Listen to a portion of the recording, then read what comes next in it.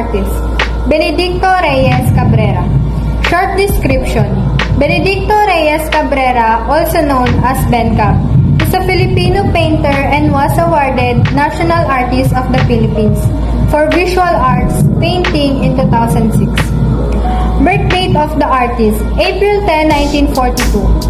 Artworks made by the artist: Yellow Confetti, Portrait of Caroline, Crisis in Humanity, The Oriental Fan, Sabel in Blue, Edo Gesture, Mysterious Woman, and Homage to Otamara. How the Philippines benefits their artwork. A painter and printmaker, he has exhibited widely in the Philippines and in Asia, Europe, and the United States.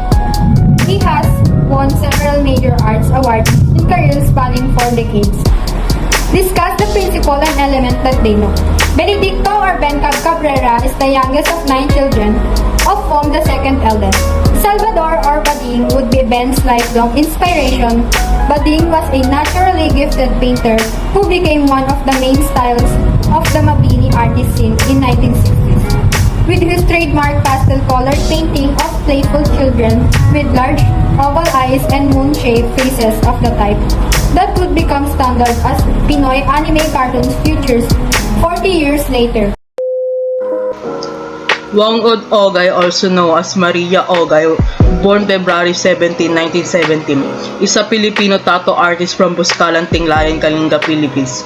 She is often described as the last and oldest mambabatok tradition Kalinga tattoos and is part of the Butbut people of the largest Kalinga ethnic group. She has been tattooing headhunters and women of the indigenous people of Butbut, Buscalan, Kalinga since she was 15 years old.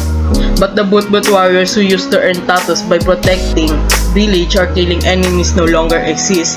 Despite this, Wang-od continued to practice her traditional art form on tourists visiting Buscalan.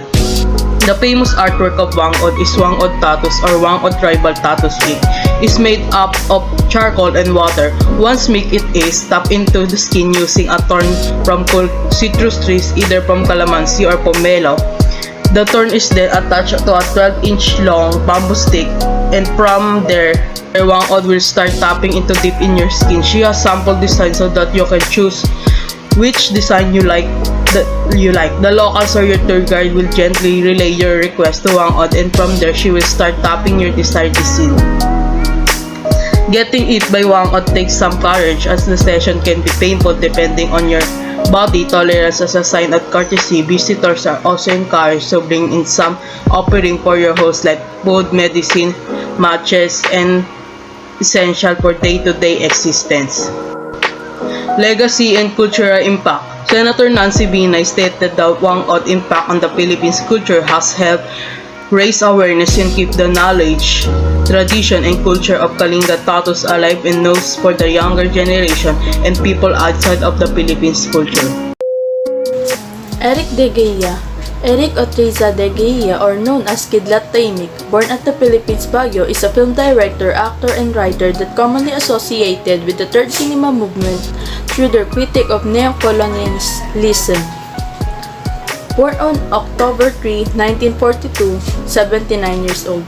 Example of his artworks: Balikbayan No. 1, Memories of Overdevelopment Redux, Turumba, 1983.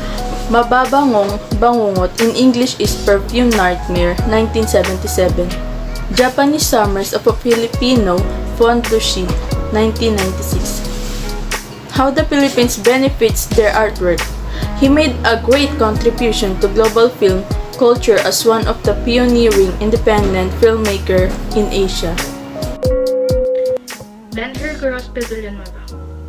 Ben-Hur Villanueva, who was born on October 28, 1938, was a Filipino sculptor, painter, educator, lecturer, and art entrepreneur based in Baguio.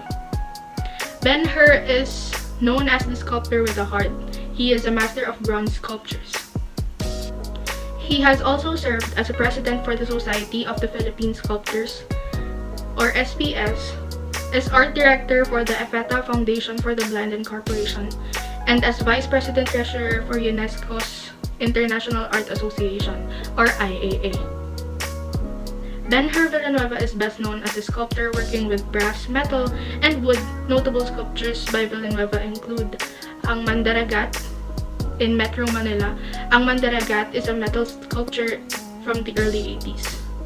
It is a grand winner for the Metro Manila Beautification Competition among municipalities, a project of the former First Lady Imelda Romualdez Marcos. Ang Supremo, 1998. It is based in the fourth global city of Taguig. Ang Supremo is a 3-meter tall brass-bronze statue that immortalizes the momentous event when Bonifacio and the KKK tore up their cedulas in protest to the Spanish authorities.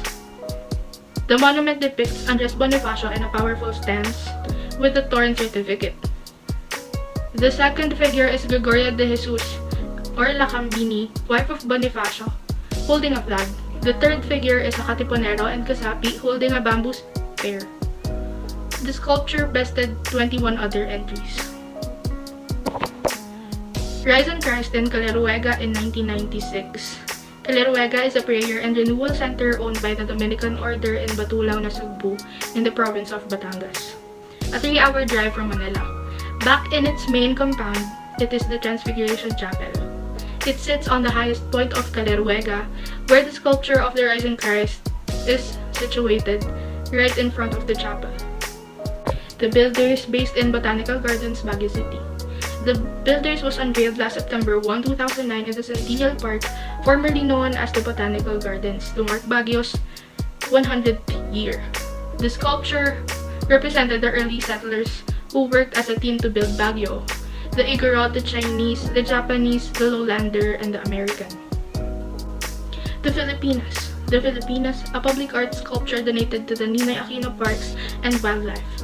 It was unveiled by the former President Corazon Coangco Aquino on August 21, 1986.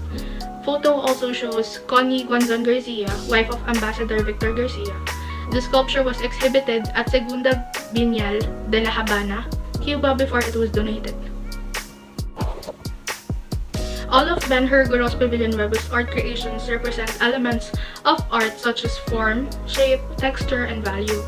As for its principles, asymmetrical balance, unity, and variety are the ones that are observable.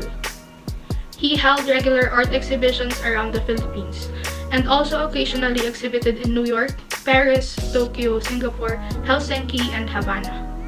What is amazing is that his artworks are all made from memory. He does not make drafts when he creates art. He just lets his mind and hands work creatively. The love that he puts in his every work can be felt upon seeing the final work.